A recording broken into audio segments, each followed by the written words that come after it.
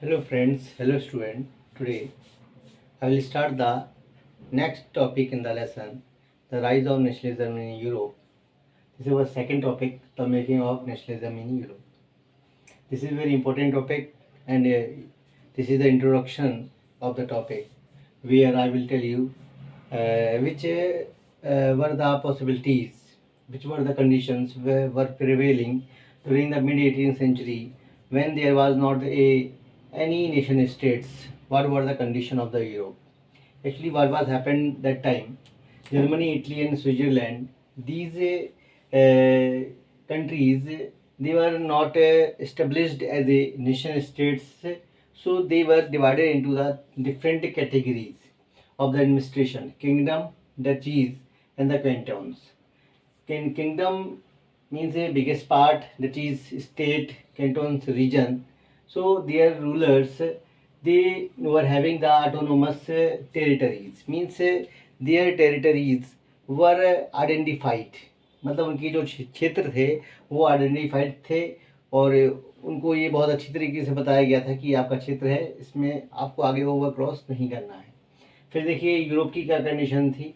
Europe में eastern और central Europe थे जो, उसमें ऑटोक्रेटिक मोनार्की थी, यानी कि जो मोनार्की थी वो स्वयं अपने तरीके से चलती थी और उसमें वो किसी भी तरीके से जो मिनिस्टर्स होते हैं उनको साथ में शामिल नहीं करते थे। ठीक है ना, पहली बात। तो दूसरी बात, यहाँ पर जो लोग रहते थे वो बड़े डाइवर्स थे, यानी कि जो उनकी कल्चर थे, जो उनकी सिटी थी वो बहुत ज़्यादा डिफरेंट हुआ करती थी।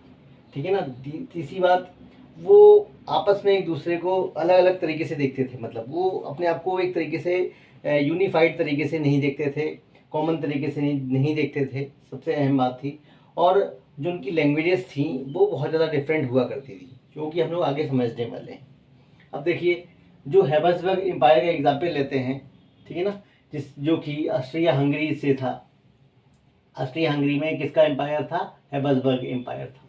अब देखिए, जो हैबसबर्ग एम्पायर था वो छोटे छोटे टुकड़ों में बटा हुआ था और छोटे छोटे मतलब राष्ट्रों में बटा हुआ था। अब देखिए यहाँ पर कई सारे डिवीज़न बताए गए हैं, जैसे कि अल्पाइन रीजन है।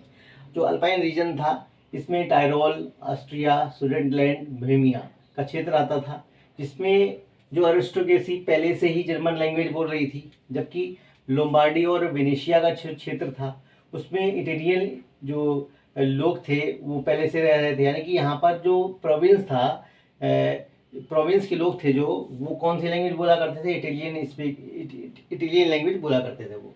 इसके अलावा देखिए हंगरी, ठीक है ना, हंगरी में मेंगर लैंग्वेज बोली जाती थी, जबकि आधी पॉपुलेशन जो थी वो विभिन्न प्रकार की दूसरी बोलियां बोलती थी।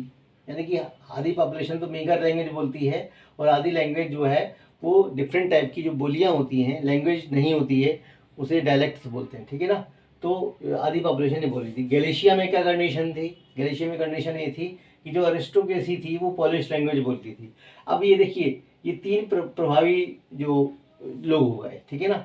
अब जो यहाँ पर मास सब्जेक्ट था पीजेंट्स का, ठीक है ना, वो यहाँ पर मुख्य तौर पर रहता था। यानी कि इन तीनों के अलावा, इटालियन, मेगर और पॉलिश लैंग्वेज बोलने वाले लोगों के अलावा, जिसका बहु बोलबाला था एक तरीके से, जिनकी मेजोरिटी ज़्यादा थी, तो वो कौन थे? पीजेंट थे। कौन थे वो लोग?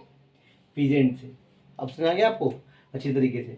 अब देखिए यहाँ पर जो पीजेंट थे वो नॉर्थ में, साउथ में, ईस्ट में रह रहे थे और जो उनके मतलब कम्युनिटी थी वो कौन कौन सी थी? मोमियंस और स्लोवाक्स। ये कहाँ पर रहते थे? नॉर्थ में रहते थे। फिर स्लोवेंस जो थे वो कर्नेला और क्रोट्स में रहते थे, ठीक है ना, साउथ में रहते थे। फिर रोमन्स ट्रांसिल्वानिया में रहते थे, जो कि ईस्ट में था क्षेत्र। तो ये आपने नॉर्थ से साउथ ईस्ट का क्षेत्र समझ लिया। अब देखिए, सबसे अहम बात ये थी कि जो उनके बीच में डिफरेंसेस थे, है ना, वो उनकी राजनीतिक एकता को रोक रहे थे एक तरीके से, सबसे बड़ी बात थी। और जो उनके बीच में बाइंडिंग हो रही थी, आपस में एक साथ आ पा रहे थे, तो वो केवल क्या था कि राजा के प्रति आस्था, यानी कि वो राजा के प्रति आस्था रखते थे, इस वजह से वो एक हो पा रहे थे। लेकिन वो डिफरेंसेस जो थे उनके, वो उनकी एक तरीके से राजनीतिक एकता को और ज़्यादा क्या कर रहे थे? कमज़ोर कर रहे थे। ठीक है ना। तो ये होगी कंडीशन। मतलब ये कंडीशन किसकी बताई गई है, मिड 18th सेंचुरी यूरोप की बताई गई है कि वहाँ पर भाई ये कंडीशन थी, ये माहौल था वहाँ पर उस समय। अब जो अपने नेक्स्ट टॉपिक हैं उसमें धीमे धीमे एक एक क्षेत्र के लिए बताया जाएगा आपको, ठीक है ना, जो कि आपको आसानी से समझ में भी आ जाएगा।